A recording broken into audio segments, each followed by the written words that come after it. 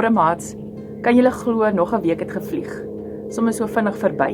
En in hierdie tyd het daar weer baie goeders verander, seker by julle ook. Soos julle kan sien het ek 'n nuwe bril, dit het ook verander in my lewe. En eintlik wou ons hierdie week Henties toe gegaan het met die kinders en lekker gaan visvang het nou in die skoolvakansie en dit het nou ook verander, nê. Nou moet ons by die huis bly, maar ons gaan die tyd by die huis sommer lekker maak. Ons het besluit dit gaan nou vir ons gaan sommer die tent buite op die gras opslaan, dan gaan ons 'n bietjie buite in die tuin kamp.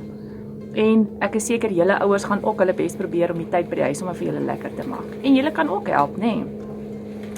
Deur gehoorsaam te wees vir mamma en pappa, dan is die tyd by die huis daar baie beter. Nou, dinge kan partykeer so vinnig verander, soos corona reëls, het baie vinnig verander en partykeer kan 'n mens nie eens onthou wat al die reëls is nie. Partykeer sukkel ek self as groot mens om te weet wat mag ek doen en wat moet ek doen en waar moet ek nie gaan nie en so.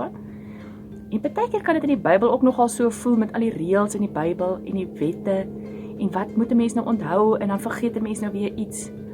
En weet julle, die mense in die Bybel se tyd het daai selfe vraag gevra. Hulle het vir Jesus gevra, wat is die belangrikste wet in die Bybel? Want hulle het ook gesukkel om alles te onthou.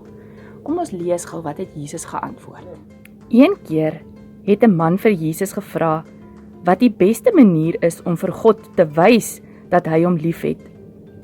Wat leer die Bybel jou, het Jesus gevra. Ek weet ek moet God lief hê met my hele hart en my hele siel en al my krag en met elke stukkie van my, het die man geantwoord. En ek moet my naaste lief hê soos myself. Maar wie is my naaste? Het die man gevra. Jesus het vir hom geantwoord deur 'n storie oor 'n goeie Samaritaan te vertel. Nou julle ken dalk ook die storie van die goeie Samaritaan of die barmhartige Samaritaan en miskien kan mamma dit weer vir julle lees by die huis. Nou as ons dink aan die storie van die barmhartige Samaritaan, die gelykenis wat Jesus vertel het, hy het sommer vir ons 'n storie vertel om vir ons iets beter te verduidelik. Partykeer weet ons nie wie is nou Samaritane in ons land nie en wie is ons naaste as ons nou na ons land kyk nie. Dit kan 'n moeilike vraag wees. So kom ons hoor by Tannie Marie of sy dalk vir ons kan help om bietjie te kyk wie is ons naaste in ons land. Hallo julle, ek ry 'n bietjie hier so in Windhoek rond vanoggend en ek wonder of ons kan raak sien wie is ons naaste. Want dit is 'n verskriklike moeilike ding partykeer om te weet wie is ons naaste. Is dit net mense waarvan ons hou? Is dit net mense wat ons ken? Of wie is ons naaste? So kom ons kyk 'n bietjie. Is konstruksiewerkers my naaste? Die mense wat in al hierdie karre ry. Ek ken hulle glad nie. Dink julle dis my naaste? Dink julle hierdie man wat so lekker fietsry, is dit my naaste? Hier is 'n koerantverkoper op straat. Ek ken hom glad nie. Dink julle dis my naaste? Reg julle, ek is nou hier by die skool. Nou wonder ek, hier by die skool het op. Die meeste van ons mos nou lekker maatjies. Is my maatjies my naaste? Nou wat van al die kinders wat ek nie ken nie? Is hulle my naaste? En as hy 'n boelie is, dink julle 'n boelie is my naaste by die skool? Nou weet julle wat? Al hierdie mense wat ons nou gesien het, is ons naaste. Jy hoef nie iemand te ken of om van iemand te hou dat hy of sy jou naaste is nie. Almal wat rondom ons is ons naaste. Tot daai boelie of iemand wat lelik met jou is nog altyd jou naaste. Dit is verskriklik moeilik om dit te verstaan altyd nie, dat tot mense wat jy nie ken nie en dat tot mense waarvan jy nie hou nie, ook jou naaste is. Maar as die Here nou sê ons moet ons naaste lief hê soos onsself, dan beteken dit ook nou nie jy hoef daai persoon lief te hê soos wat jy vir mamma en pappa liefhet nie. Dit beteken net dat ons ander mense moet hanteer soos wat onsself gehanteer moet word en dat ons vir ander mense moet omgee en vir ander mense moet probeer sorg. Nou in hierdie tye wat ons nou deesdae is, wat hierdie ou coronavirus oral is daar baie mense wat hulle werk verloor het, baie mense wat nie kos het om te eet nie, selfs baie kinders wat nie kos het om te eet nie.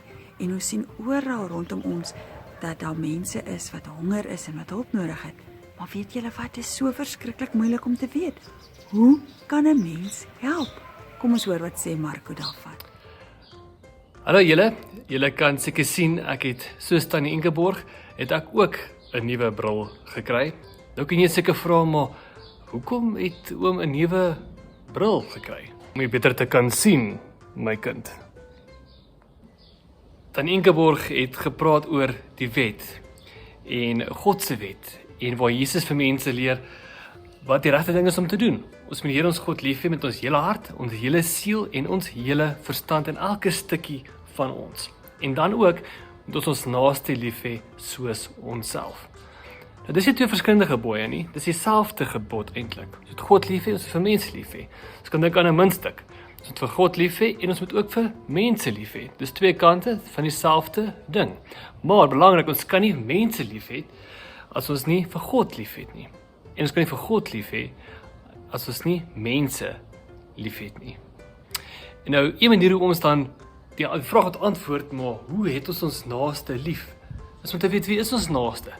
Daarom het Tannie Marie ons baie gehelp om die vraag te vra, wie is ons naaste? En te sê, maar as ons so rondry in die strate, almal wat ons sien, is ons naaste. En ek is by laaste punt, van hoe kan ons liefde wys vir ons naaste? En dit bring ons nou by ons vriesprojek by die kerk. Ons wil uitnooi om deel te neem aan die vriesprojek, en dit is bloot net om kos te bring kerk toe. Dominee Zak gaan vir ons nou 'n bietjie verder verduidelik presies hoe dit gaan werk. Kom ons luister saam na hom.